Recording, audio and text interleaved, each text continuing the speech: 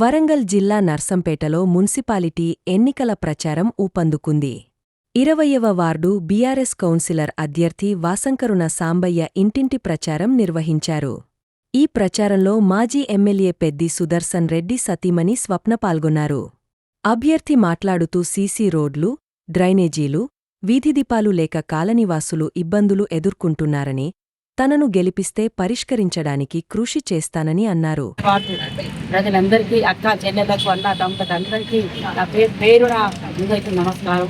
గతంలో నేను కౌన్సిలర్గా గెలిచినాను. వారి అందరూ నన్ను ముందంచెల్లో ఉంచారు. అదేవిధంగా ఇప్పుడు కూడా నా ప్రజలందరూ నా ముందుంచి నన్ను గెలిపించి నన్ను ముందుకు కలుపుతారని ఇప్పటికి కూడా నేను గతంలో చేసిన వర్కులలో డ్రైనేజీలు, రోడ్లు పోసిన అవే రోడ్లు, అవే డ్రైనేజీలు తప్ప ఇంతవరకు ఒక డ్రైనేజీ చేసింది లేదు.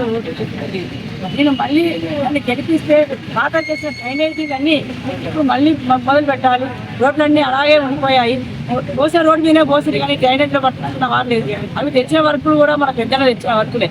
నాసి రకం పోసి రోడ్ల మీద రోడ్డు పోసి అవన్నీ చూపిస్తున్నారు. అది కాదు ముఖ్యం. రోడ్డు లేని కాడ రోడ్డు పోసి, డ్రైనేజీ లేని కాడ డ్రైనేజీలు చేసి కొంచెం చేసి చూపిస్తే బాగుంటుంది. ఇదే విధంగా నన్ను గెలిపిస్తే మన వాటిలో ఉన్న సమస్యలు ఏంటి అంటే రోడ్లు ఉన్నాయి, డ్రైనేజీలు, ముఖ్యంగా డ్రైనేజీలు ఉన్నాయి. డబుల్ బెడ్రూమ్లని ఏదో 5-6 డబుల్ బెడ్రూమ్లు ఇచ్చారు. నర్సంపేటకి వచ్చిన డబుల్ బెడ్రూమ్లని వాటిని చూసి అది కాదు మనకు ముఖ్యం. మనకు కావాల్సింది నర్సంపేట డెవలప్మెంట్.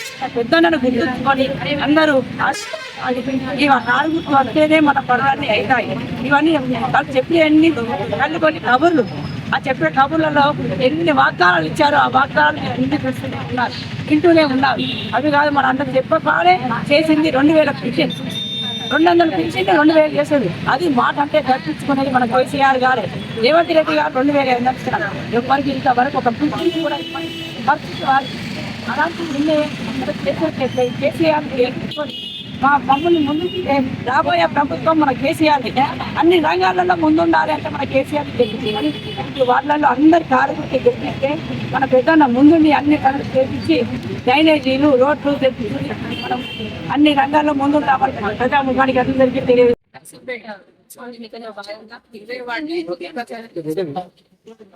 నేను ఇంటిని ప్రచారం చేసుకున్నాను. ప్రభుత్వం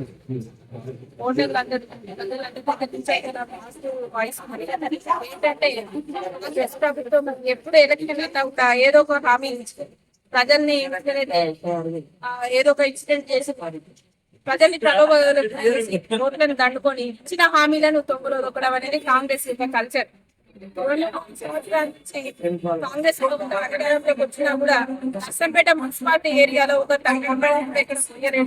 గతంలో పెద్దిరెడ్డి గారు ఎమ్మెల్యే ఆయన తెచ్చినటువంటి నిధులనే ఈయన అటు ఇటు అటు గుర్తిస్తూ ఏదో పెద్ద మేము పనులు చేసినట్టు ప్రజలందరినీ పెట్టాలి.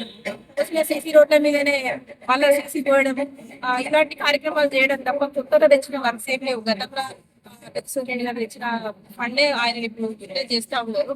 అదే విధంగా కాంగ్రెస్ ప్రభుత్వం అధికారంలోకి రావడానికి మహిళలకు ఏదైతే 2005 ఒక హామీ ఇచ్చింది, అది ఇప్పటి వరకు దాన్ని ఇచ్చలేదు. మహిళలకు స్కూటీ కూడా ఇస్తామని చెప్పి చదువుకునే అమ్మాయిలకు అది కూడా లేదు. అవన్నీ కూడా ఇప్పుడు మహిళలందరూ ప్రశ్నిస్తా ఉన్నారు. వాళ్ళు ఇచ్చిన హామీలు నెరవేర్చకపోగా మళ్ళీ చేయి మీద ఓటేయమని ప్రజల్ని అడుగుతా ఉన్నారు. అని అంటే మళ్ళీ ఏదో కొత్త హామీ ఇస్తామని చెప్తారు కానీ ఎవరు కూడా ఏ పని చేయరు.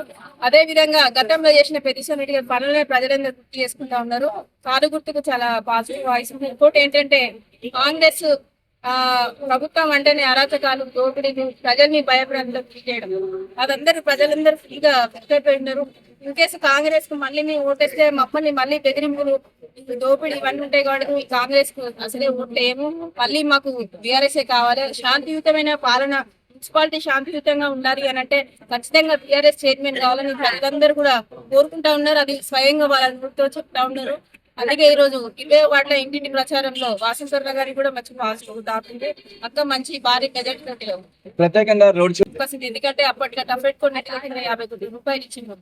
ఈ నియోజకవర్గానికి మున్సిపాలిటీకి 50 కోట్ల నిధులు ఇచ్చిన అన్న ఈ ప్రజలను మనం ఓటక్కాడుకు మనకు ఉంది అన్నని కేటీఆర్ గారి స్వయంగా చేసి కేటీఆర్ గారు నర్సంపేటకు రాకనే ప్రజలందరికీ కూడా కొన్ని నూతన ఉత్సాహం వచ్చింది. కేటీఆర్ గారు ఇచ్చిన భాగంగా మేము ఎప్పుడు అభివృద్ధిలో చూసుకున్నాం కానీ ఈ అరాచకాలు మట్టి దందాలు ఇవేమి లేవు. పెద్ద రెడ్డి లాంటి ఎలాంటి అవినీతి చేయని నాయకులు ఈ నియోజకవర్గం ఉన్నా కూడా ఇక్కడ కొందరు కాంగ్రెస్ నాయకులు పెద్ద రెడ్డి గారు దిగ్భాషలు ఆడడం అనేది కేటీఆర్ గారిని కూడా కలిసివేసింది. ఆ విషయాన్ని కూడా నిన్న ఆయన సంబోధించి ఇప్పుడు వీళ్ళు చైర్మన్ కాకముందే పెద్ద లాంటి పెద్ద ఉద్యమకారుల్ని యశత్వం తీసేస్తామంటే ఇన్కేస్ వాళ్ళు చైర్మన్ కూర్చుంటే మామూలు ప్రజల పరిస్థితి ఏందనే వాయిస్ వచ్చింది. ఈరోజు ఇస్కాట్ ఎలక్షన్లో 20వ వార్డులో ఇలా అత్యధిక మెజార్టీతోటి కరుణ గారు గెలవబోతున్నారు. ఇలా కాంగ్రెస్ అంటే దోపిడీ అంటే కాంగ్రెస్. ఇలా వ్యాపారవేత్తలు కావచ్చు, ఇలా రైతులు కావచ్చు, వితంతులు కావచ్చు, వికలాంగులు కావచ్చు, మహిళలు కావచ్చు, అందరినీ కూడా కాంగ్రెస్ గవర్నమెంట్ మోసం చేసింది. ఇవాళ దాదాపు 3వ సంవత్సరం రన్నింగ్ అవుతుంది. ఈ రోజు వరకు నర్సంపేటలో తట్ట మురం వేయలే. ఉదాహరణకు పెద్దన్న గారు కేసీఆర్ గారి ఆదేశాలతోటి ఇవాళ 350 పడకల హాస్పిటల్ అనేది మామూలు విషయం కాదు, అంత పెద్ద అది. దాంతోపాటు పాకాలకు ఎక్కడో ఉన్న పాకాలకు నీళ్లు ఇలుగు నుండి తీసుకురావడం అది కూడా తక్కువ బడ్జెట్ కాదు. అదేవిధంగా నర్సంపేటలో సెంట్రల్ లైటింగ్ కావచ్చు, రోడ్ల కోసం 50 కోట్ల నిధులు తెచ్చి అప్పుడు ఏమైందంటే సెంటర్ లైటింగ్ తర్వాత ఈ పైప్ లైన్ మిసిపేట వాటర్ పైప్ లైన్ వేయడం, గ్యాస్ పైప్ లైన్ వేయడం వల్ల లేట్ అయింది. ఆ లోపు అన్నగారు ఓడిపోవడం వల్ల ఆ రోడ్లు చేయలే. అదే పెద్దన్న తెచ్చిన రోడ్లనే ఇప్పుడు నేను రోడ్లు పోసిన అని చెప్పుకుంటాను తప్ప ఇప్పటి వరకు మాధవరెడ్డి గారికి సీఎం రేవంత్ రెడ్డి గారికి సంబంధం లేవు. నిన్న మొన్న అనుకోకుండా కలిసినాయి తప్ప ఇప్పటి వరకు తట్ట మురందేలే. నియోజకవర్గం మొత్తంలో కూడా ఆయన తట్ట పని కూడా ఇప్పటివరకు చేయలేదు. ఇలా కాబట్టి ఇలా అంతా ఏ రకంగా చూసినా కింది నుంచి మీది వరకు అందరూ కూడా ఇలా కారు గుర్తుకి ఓటేసి గెలిపించాలని అతి ఉత్సాహంతో ఉన్నారు. ఇవాళ కాంగ్రెస్ అధికార పార్టీలో ఉన్నది, వేలు ఓటుకు ఇచ్చి కొనుక్కుందామనే ఒకే ఆలోచనలో ఉన్నారు. కానీ ఎన్ని పైసలు ఇచ్చినా తీసుకొని ఓటు మాత్రం కారు గుర్తుకే ఓటేసి గెలిపేయడానికి రెడీగా ఉన్నారు.